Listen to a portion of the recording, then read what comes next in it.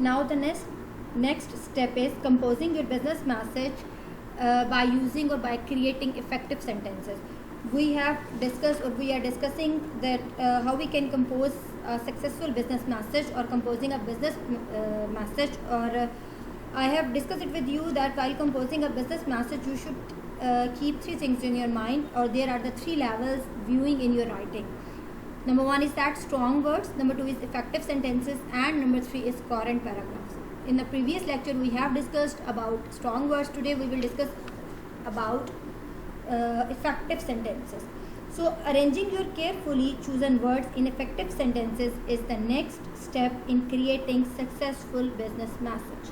In creating a successful business message, this is the second step, or this is the most important thing, that you create effective sentences. So in order to create an effective sentences, and you need to start by selecting the best type of a sentence. जब आपने जो है बात करनी है business, जब आप एक बिजनेस मैसेज लिख रहे हैं, और सेकंड स्टेप ये है कि you want to compose your business message, and the second thing is that you need to create an effective sentences. For creating an effective sentences, ये इफेक्टिव सेंटेंसेस क्रिएट करने के लिए आपने ये चूज़ करना है कि which is the best type, और you need to select the best type of a sentence to communicate each point. So these are the four types of a sentences. Today we will discuss these four types of a sentences, and after discussing the four types of a sentences, while you are writing your business message, you will check that which sentence is suitable for your message. So among these four types of a message, the number one is that a simple sentence, number two is a compound sentence, number three is complex sentence, and number four is compound complex sentence. So before discussing is simple sentence, you should clear two things. The one is that I will use the term again and again in the whole lecture. The one is that dependent clause and independent clause. I will explain you what is a dependent clause and what is independent clause. So simple sentence is, पहले तो जो है वो हम इससे पहले कि हम डिस्कस करें कि सिंपल सेंटेंस क्या है, कंपाउंड सेंटेंस क्या है, और बाकी फोर टाइप्स क्या हैं सेंटेंसेस की, तो सबसे पहले यू शुड नो दैट कि what is a clause. Clause क्या होता है? Clause is a group of words which is having a subject and verb and it conveys a complete sense और अ कंप्लीट मीनिंग. क्लॉज जो है वो अल्फाज का ऐसा मजमूआ होता है जो कि एक मुकम्मल मीनिंग जो है वो कन्वे करता है, जिसको क्लॉज कहते हैं, और it has also a subject and verb. You know that a sentence can not be completed without subject and verb. एक जुमला जो है वो उस वक्त तक कंप्लीट नहीं होता जब तक उसके अंदर एक सब्जेक्ट और एक वर्ब मौजूद ना हो. सो दिस इज़ क्लॉज, इसको क्लॉज कहते हैं. सो क्लॉज इज़ अ सेंटेंस, और it is a group of a words which is having a subject and verb, and it conveys a clear meaning, or it conveys a complete sense or a complete meaning. That is said to be a clause. So now come to independence clause and dependent clause. Independent clause क्या होता है और dependent clause क्या होता है, इसके बाद इन चीज़ों का आपको पता होना चाहिए, क्योंकि अभी पूरे लेक्चर में ये दो तीन टर्म्स जो है वो यूज़ करूँगी कि डिपेंडेंट क्लॉज और इंडिपेंडेंट क्लॉज. सो इंडिपेंडेंट क्लॉज तो क्लियर हो गया कि क्लॉज क्या होता है. क्लॉज जो है वो एक ऐसा ग्रुप ऑफ वर्ड्स होता है जिसमें जो एक सब्जेक्ट और एक वर्ब जो है वो होता है, और वो एक कंप्लीट सेंस या एक कंप्लीट मीनिंग कन्वे करता है. अब इंडिपेंडेंट क्लॉज क्या होता है? Independent clause is a clause that is having at least, I mean the independent clause also is having a subject and a verb, and it conveys a complete meaning. यानी कि independent clause या clause वही है कि independent clause जो है उसमें एक सब्जेक्ट होता है और एक वर्ब होता है जो कि कंप्लीट मीनिंग जो है वो कन्वे करता है. अब आते हैं डिपेंडेंट क्लॉज की तरफ. डिपेंडेंट क्लॉज क्या होता है? डिपेंडेंट मीन्स जो उसके ऊपर डिपेंड करता है. सो dependent clause means it is a group of words having subject and verb, but it doesn't convey a complete sense. Dependent clause वो होता है जिसमें सब्जेक्ट और वर्ब तो होता है, लेकिन ये एक कंप्लीट सेंस और एक कंप्लीट मीनिंग जो है वो कन्वे नहीं करता. So that is a dependent clause. Now come to the four types of a sentences. अब four types of a sentences को डिस्कस करते हैं. The first type of a sentence is a simple sentence. Simple sentence क्या है? Simple sentence is a sentence which is having a subject, or in other words you can say that a simple sentence is a sentence which is having a one main clause. जिसमें जो है वो एक, या independent clause, इसमें एक independent clause होता है. Simple sentence is a sentence having one independent clause. It means that simple sentence is a sentence जिसमें एक सब्जेक्ट होता है और एक क्या होता है, वर्ब होता है, और it conveys a complete sense. क्योंकि इंडिपेंडेंट क्लॉज का मतलब ये होता है कि it is a group of words having subject and a verb and it conveys a complete sense. That is said to be a independent clause. So simple sentence वो sentence होता है जिसमें एक इंडिपेंडेंट क्लॉज होता है, और वो independent clause क्या होता है कि जो जिसमें वर्ब भी होता है और सब्जेक्ट भी होता है, वर्ब भी होता है, और जो एक कंप्लीट जो है मीनिंग कन्वे कर रहा होता है. For example, he ran in the street. This is a complete sentence. You can see that he is a subject, ran is a verb. So in the street आगे जो है वो आप इसमें ऑब्जेक्ट, अगर ये जुमला सिर्फ यूँ होता ही ran, so this is also a complete sentence because it is having an independent clause. क्योंकि इसमें एक इंडिपेंडेंट क्लॉज मौजूद है. वो कैसे? क्योंकि ही जो है वो सब्जेक्ट है, रैन क्या है, रैन जो है इसमें वर्ब है. अब इस जुमले में वर्ब भी है और सब्जेक्ट भी है, और it conveys a complete meaning, और एक मुकम्मल मीनिंग भी दे रहा है. ही रैन, वो भागा, बात कंप्लीट है. So it is having, simple sentence is a sentence which is having one independent clause. For example, he ran. और इंडिपेंडेंट क्लॉज क्या है? इंडिपेंडेंट क्लॉज मीन्स के having subject and verb but it also conveys a complete meaning. जबकि जो dependent clause होता है उसमें subject और वर्ब होता है लेकिन वो कंप्लीट मीनिंग कन्वे नहीं करता. Clear? So that is a simple sentence. Now come towards, इसकी 4 टाइप्स हैं जी सेंटेंसेस के. सेकंड टाइप है जी कंपाउंड सेंटेंस. कंपाउंड क्या होता है? कंपाउंड सेंटेंस, कंपाउंड आप अक्सर वर्ड यूज़ करते हैं. Compound means to. कंपाउंड का अगर आप आम जुबान में मीनिंग देखें तो compound means two. So compound sentence वो सेंटेंस होता है, compound sentence is a sentence having 2 independent clauses, जिसमें 2 इंडिपेंडेंट क्लॉजेस होते हैं. अब आपको ये पता चल गया, मुझे बार बार रिपीट करने की ज़रूरत नहीं है कि इंडिपेंडेंट क्लॉज क्या होता है. ठीक है जी. So compound sentence is a sentence having 2 independent clauses which are joined together using connectors और यूजिंग कंजंक्शंस, जिनको आपस में उन दोनों इंडिपेंडेंट क्लॉजेस को ज्वाइन किया जाता है कनेक्टर्स यूज़ करके, या फिर जिसको आप कंजंक्शंस कहते हैं वो यूज़ कर सकते हैं. कंजंक्शंस क्या होते हैं या कनेक्टर्स क्या होते हैं? Conjunction are those words which connect the 2 sentences, जो 2 सेंटेंसेस को कनेक्ट करते हैं. For example, but, because, when, that, so, these are all connectors, या फिर आप इसको कंजंक्शंस कहते हैं grammatically. So compound sentence is a sentence that has at least 2 independent clauses. तो उसको क्या कहते हैं जी? और these 2 independent clauses are join together by using a conjunction. और जिन 2 जुमलों को इकट्ठा किया जाता है, 2 इंडिपेंडेंट क्लॉजेज को इकट्ठा किया जाता है यूजिंग कनेक्टर्स या फिर यूजिंग कंजंक्शंस. और मैंने आपको बता दिया कंजंक्शंस कौन से वर्ड्स होते हैं. फॉर एग्जाम्पल, मिसाल के तौर पर, this house is too expensive and that house is too small. So you can see that the first part of a sentence, this house is too expensive, this is a one independent clause. क्यों one independent clause है? क्योंकि it is having a subject, it is having a verb और it also conveys a complete meaning. the house, this house इसमें subject है, ठीक है जी, और expensive इसमें जो है is too expensive. अब expensive इसमें जो है वो एक तरह से जो है वो रोल प्ले कर रहा है verb का, ठीक है. वैसे एक adjective है. तो this house is too expensive. So this is a one independent clause which is conveying a complete meaning, जो एक मुकम्मल जो है आपको मीनिंग कन्वे कर रहा है. एंड क्या है? कंजंक्शन है. ठीक है जी. That house is too small, और वो घर जो है वो बहुत छोटा है. अब यहाँ पर जो है दैट हाउस एक सब्जेक्ट है, यानी कि इट मीन्स के 2 independent clauses are join together using and क्या है? Conjunction. So compound sentence is a sentence having 2 independent clauses joined together by using conjunctions or connectors are said to be compound sentences. और compound sentences जो होते हैं उनमें 2 independent clause होते हैं और दोनों को इकट्ठा ज्वाइन किया जाता है जी कनेक्टर्स के साथ. वो होते हैं जी कौन से sentences? Compound. Compound means 2. Example मैंने आपको उसकी दे दी है. ठीक है जी. मिसाल के तौर पर ही, एक सिंपल एग्जाम्पल आपको देती हूँ. ही could not attend the meeting because he was not feeling well. He could not attend the meeting because he was not feeling well. He could not attend the meeting. You can see that he could not attend the meeting.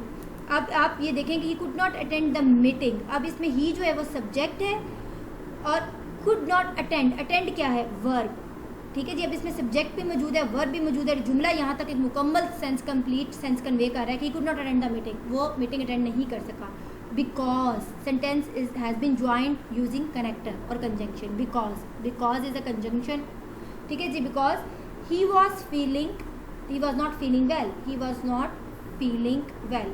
अब ये जो दूसरा हिस्सा है ये भी एक complete independent clause है, because it is also having a subject and it is also having a verb and it also conveys a complete sense. So he जो है सब्जेक्ट है और फीलिंग जो है इसमें क्या है, वर्ब है। और ये जुमला पूरी मुकम्मल सेंस अलहदा भी अगर आप इसको उठा कर देख लें, ही वॉज नॉट फीलिंग वेल, तो एक मुकम्मल मीनिंग दे रहा है कि वो ठीक अपनी तबीयत ठीक महसूस नहीं कर रहा था। क्लियर जी। अब आते हैं जी कॉम्प्लेक्स सेंटेंस की तरफ। कॉम्प्लेक्स आपको पता है, कॉम्प्लेक्स मीन्स अगर आप उसको आम जुबान में देखेंगे तो कॉम्प्लेक्स मीन्स पेचीदा, complicated. So complex here means that अगर हम कॉम्प्लेक्स सेंटेंस की बात करें तो complex sentence is a sentence at least having, इसमें एक कॉम्प्लेक्स सेंटेंस वो सेंटेंस होता है जिसमें at least one independent clause and one dependent clause, जिसमें एक इंडिपेंडेंट क्लॉज होता है और एक डिपेंडेंट क्लॉज होता है। अब इंडिपेंडेंट क्लॉज की डेफिनेशन आपको पता है कि इंडिपेंडेंट क्लॉज कौन सा होता है। इंडिपेंडेंट क्लॉज, आई रिपीट, कि having subject and verb and it conveys a complete meaning. But लेकिन जो डिपेंडेंट क्लॉज होता है वो कौन सा क्लॉज होता है, क्लॉज होता है जो कि having subject and verb but it does not convey a complete sense. और चूंकि ये डिपेंडेंट है तो इसका मतलब ये कनेक्ट होता है, ये आइडिया जो है वो कनेक्ट होता है, डिपेंड कर रहा होता है इंडिपेंडेंट क्लॉज पे, ठीक है जी। तो it means that complex sentence is a sentence at least having one independent clause and one dependent clause, जिसमें कम से कम एक इंडिपेंडेंट क्लॉज होता है और एक डिपेंडेंट क्लॉज होता है, ठीक है जी। और उसको कहते हैं जी कॉम्प्लेक्स सेंटेंस। और इट मीन्स के जो डिपेंडेंट क्लॉज होता है वो कनेक्ट होता है, वो उसी आइडिया को एक्सप्लेन कर रहा होता है जो इंडिपेंडेंट क्लॉज में मौजूद होता है, क्योंकि डिपेंडेंट क्लॉज में बजाते हैं खुद जो है वो कन्वे नहीं, उसमें सब्जेक्ट और वर्ब तो मौजूद होते हैं but it does not convey a complete meaning. मिसाल के तौर पर for example, although he was healthy he was still unhappy. Although he was healthy he was still unhappy. अब ये देखें, although he was healthy he was still unhappy. अब ये दोनों जुमले आपस में इंटरकनेक्टेड हैं, दोनों का मीनिंग सेम है। अगर ऑल्दो ही वॉज हेल्दी, अब ये जो है एक इंडिपेंडेंट क्लॉज है, ही वॉज स्टिल अनहैप्पी। अब ही वॉज स्टिल अनहैप्पी एक डिपेंडेंट क्लॉज है, ऑल्दो इसमें सब्जेक्ट है और इसमें वर्ब भी है, लेकिन ये कंप्लीट सेंस अगर आप इसको अलहदा करके देखें तो जुमला कंप्लीट मीनिंग कन्वे नहीं कर रहा। ही वॉज स्टिल अनहैप्पी, क्यों he was still unhappy, no reason. अगर आप इसको पहले वाले के पार्ट के साथ लिखेंगे, यानी कि डिपेंडेंट जो है क्लॉज वो इंडिपेंडेंट क्लॉज के साथ रिलेट कर रहा है, फिर ही आपको पूरा मीनिंग समझ में आएगा, ठीक है जी। अगर आप इसको अलहदा से ही was still unhappy, you can see that ही जो है इसमें सब्जेक्ट है और अनहैप्पी जो है आप इसको जो है वो स्टिल अनहैप्पी, आप इसको अनहैप्पी को वर्ब ले लें तो ये एक डिपेंडेंट क्लॉज है, क्योंकि अगर आप इसको अलहदा करके देखेंगे it is having a subject and verb but it is not conveying a complete meaning, ये एक मुकम्मल मीनिंग कन्वे नहीं कर रहा, ठीक है जी। और जब आप इसको ये जो है वो कनेक्ट कर रहा है उसी आइडिया को जो इंडिपेंडेंट क्लॉज में है। So complex sentences are those sentences having one independent clause and one dependent clause. Clear? Now the next is compound complex sentences.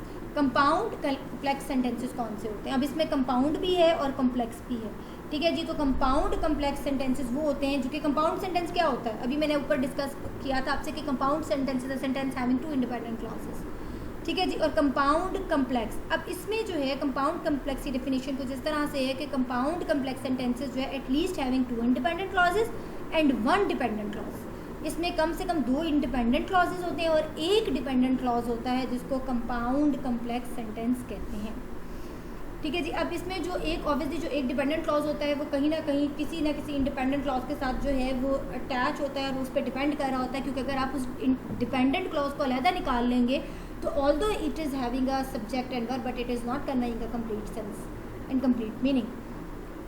तो कंपाउंड कम्प्लेक्स सेंटेंस में जो है it at least having two independent clauses और one dependent clause होता है। For example, she loves her brother and he loves her too because she pays her bill.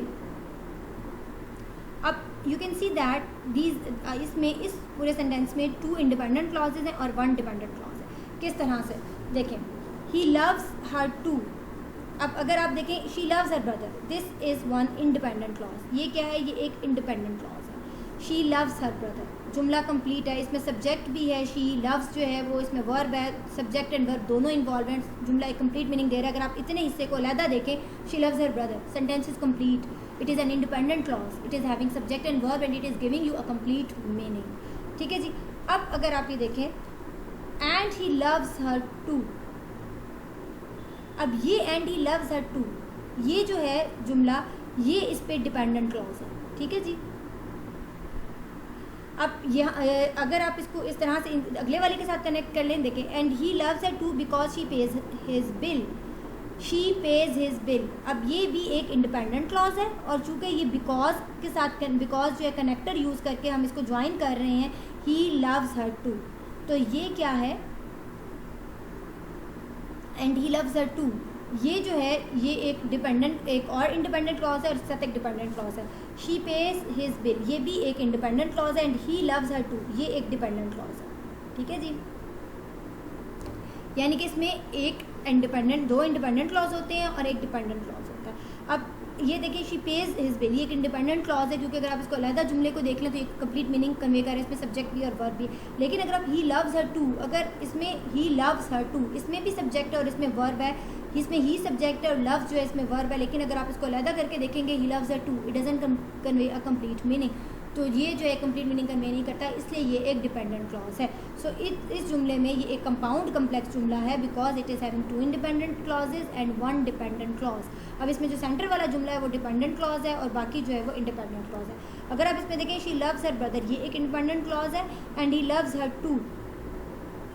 ठीक है जी। और because she pays his bill, अब ये वाला जो बाकी का हिस्सा है ये क्या है, ये इसमें इंडिपेंडेंट और डिपेंडेंट क्लॉज है, यानी कि इसमें दो इंडिपेंडेंट क्लॉज हैं और एक डिपेंडेंट क्लॉज है। Another example is, she likes to sleep in but she can get up early if she has work. ये थोड़ी ट्रिकी हो जाएगी, आपको समझने में प्रॉब्लम होगी। एक और एग्जांपल देखें जो थोड़ी आसान है आपके लिए। Ali does not like cartoons because they are loud, so he does not watch them. Ali does not like cartoons.